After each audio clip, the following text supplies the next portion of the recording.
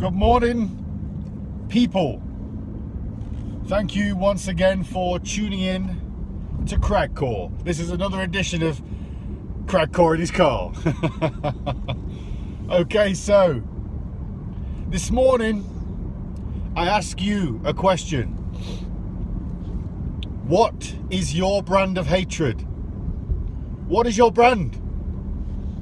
You know, just like a packet of cigarettes, a bottle of water, a loaf of bread, you know, this is what it's come down to.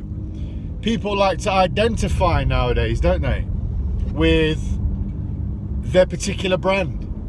And it's no different when it comes to hatred. I mean, it's sad when you think about it, but when you actually think about it, it is the case. You know, you look around, and I mean, society. I mean, our beautiful society, or at least it has the potential to be such, it's never been as fragmented as it is right now. I mean, you look around and everybody seems to want to identify with what it is or who it is they hate, and they allow that to basically determine who they are, how they act. I mean, it's a shame, isn't it? It's a real shame that we can't identify by what it is we choose to love. It is really sad. But we might do a video on love, but this is about hate. Hatred. So what we got? Everybody at the minute, they will hate certain things. Like, for instance, at the minute, everybody hates men. You know, everybody's hating men at the minute because of this psychopath that killed this lovely young woman. It's been the same over, you know, you look back through generations. And I'm getting to a point, you know, I am getting to a point. So bear with me. You go back over the generations and you have the rockers hating the mods, the emos hating the punks, or maybe not the punks. I just think everybody hated the emos. And the emos cried about everything. After all, it's short for emotional. But you see the point I'm trying to make, yeah? And a lot of the time, people become a certain thing, i.e., you know, they might become one because they hate the other. So ultimately, then that, you know, pushes them into that other bracket. But if you look at history and how it's been designed, because make no fucking question, it's been designed, okay? Society is a design. You get social designers that design certain aspects of our society. Well, trust me, the whole thing is a design. It's a system, all right? A group of people, they sat around a table one day and decided what they were going to do, and they continue to do that. They decide what they're going to do in order to push society, us, in the right directions to suit them, okay? The world is a business. It's a global enterprise, you know. It should be Earth PLC, you know what I mean, or Limited. I mean, at the end of the day, that's literally where we're at. But as I was saying, you know, again, we tend to digress more often than not on this channel. But what happens is, if you look back over the generations, you look at the way, or rather how, the methods used, the tactics used, to basically direct society in the ways of these people that want to direct it for them. And what do? The method is this. They create a situation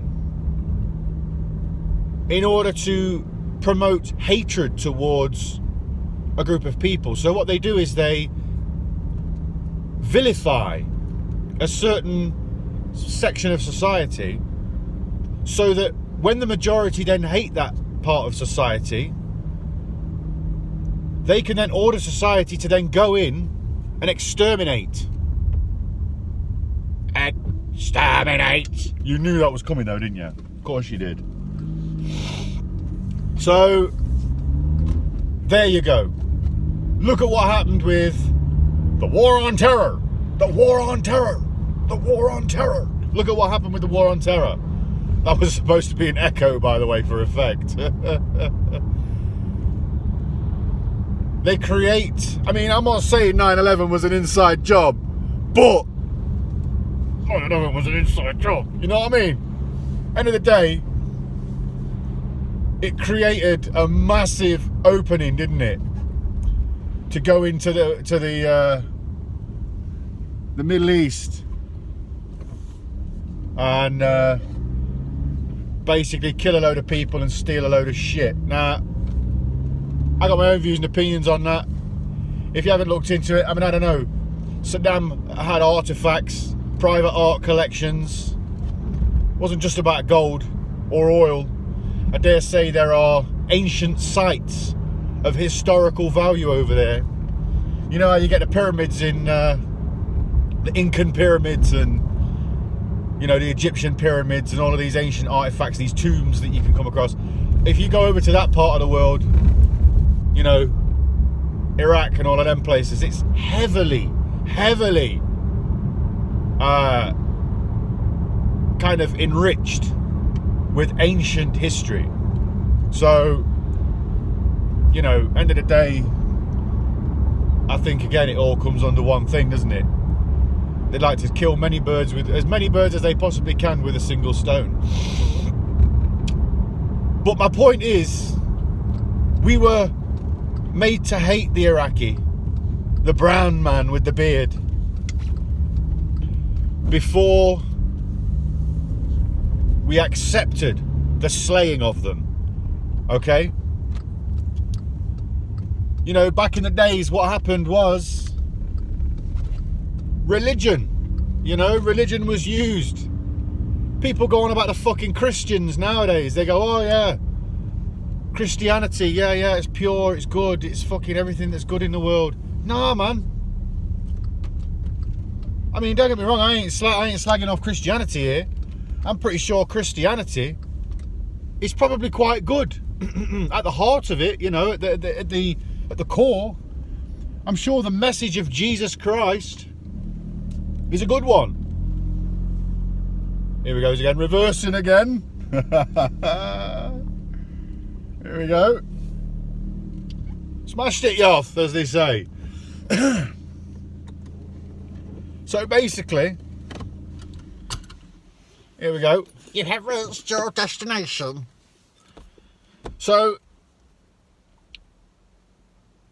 where was I? It's the whole reversing thing. It's got me in a tizzy. No, I knew where I was. So Christianity, I'm pretty sure the message of Jesus Christ was a good one. If you look at anything like that, the message does tend to be at its core positive. It's about acceptance and loving and all of that. But you see, why on earth then do people use it to kill other people? This is what I'm talking about. They'll say, yes, well, Christianity is the way forward. This is what they said back in the days. Anybody who doesn't want to convert to Christianity is a heathen and therefore deserves to be murdered. I mean, this is insane.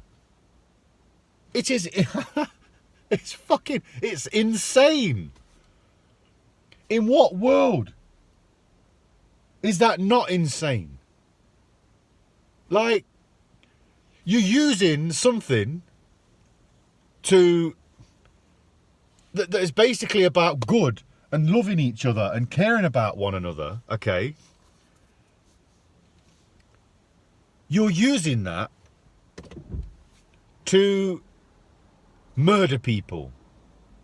Now just process that, because this was the Christians, the Crusades.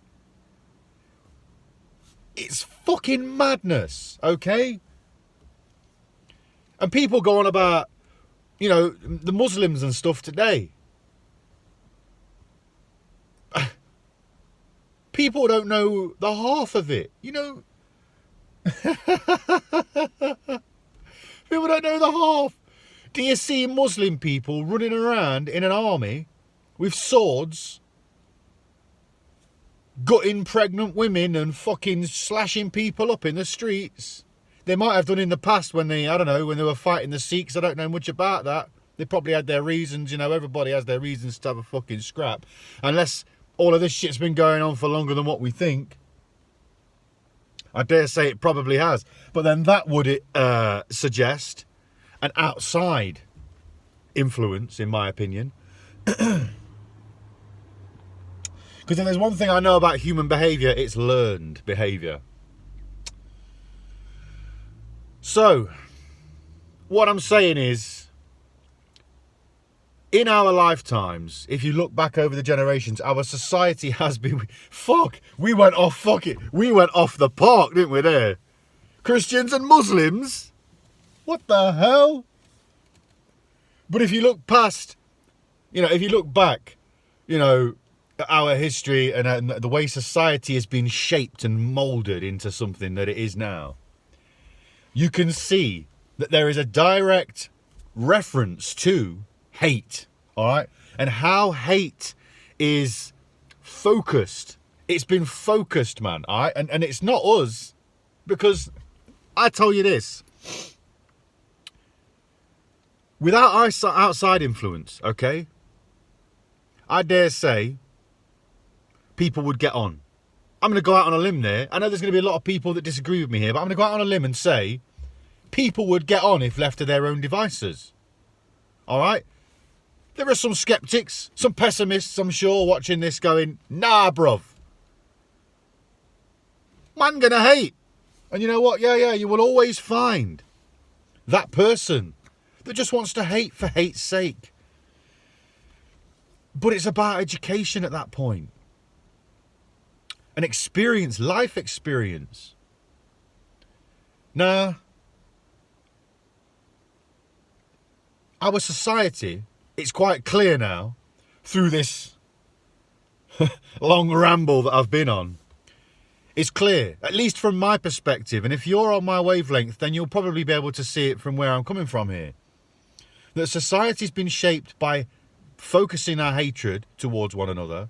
It's been weaponized, once again, another thing that's been weaponized against us, in order to better the lives of a very small few that are the ones that are orchestrating all of this. All right? Now, who am I talking about?